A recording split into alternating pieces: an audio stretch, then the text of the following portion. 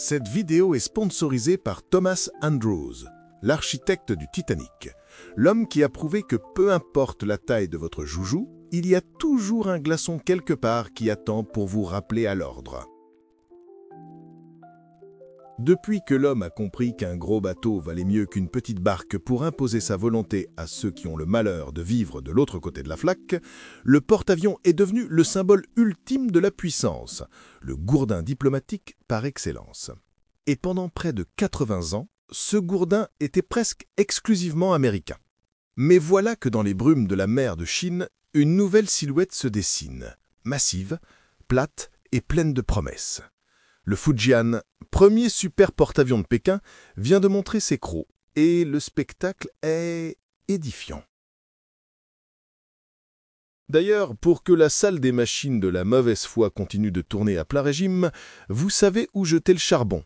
Le lien vers la soute financière est sur Patreon.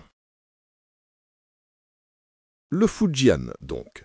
Ce n'est pas juste un nouveau rafio dans la flotte chinoise, c'est un changement de paradigme.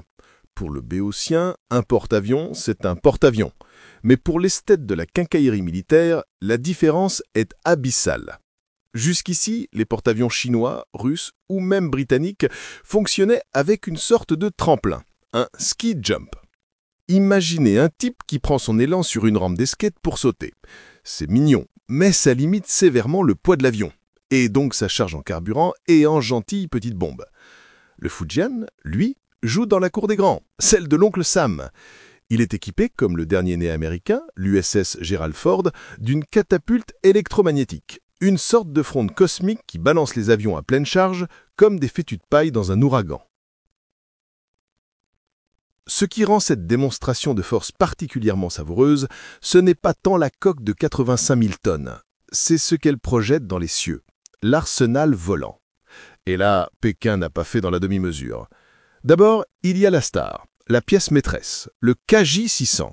Sous ce nom de code barbare se cache un avion radar, un AWACS, le seul au monde à opérer depuis un porte-avions en dehors de la marine américaine. C'est l'équivalent d'un Mirador de luxe monté sur des ailes, capable de voir à des centaines de kilomètres, de détecter les avions furtifs ennemis qui se croient invisibles. Jusqu'à présent, les autres nations se contentaient d'hélicoptères radars.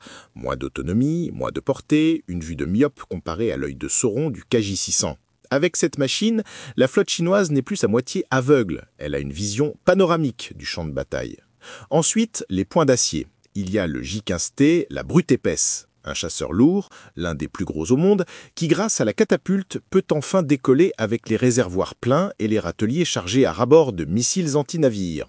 Le camion de déménagement du ciel, version tueur de flotte. Et puis, il y a le joyau, le J-35, le chasseur furtif de 5e génération, le concurrent direct, pour ne pas dire le clone sous stéroïdes, du F-35C américain. Sur le papier, le duel est fascinant. Le J-35 serait plus rapide, plus maniable, avec un radar plus gros. L'Américain, lui, conserverait un avantage dans la collecte de renseignements électroniques, ce qui est une jolie façon de dire qu'il est meilleur pour espionner. En somme, une brute agile contre un nerd de sournois. Un combat d'époque. Et c'est là que le tableau d'ensemble devient glaçant.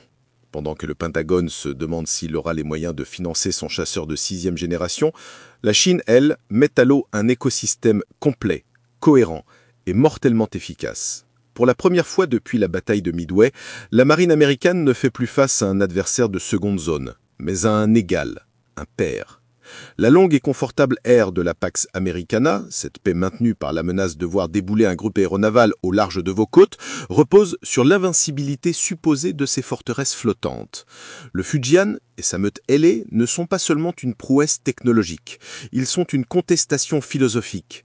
C'est un message, gravé dans 85 000 tonnes d'acier, qui dit « La mer n'est plus votre lac privé. La fête est finie ».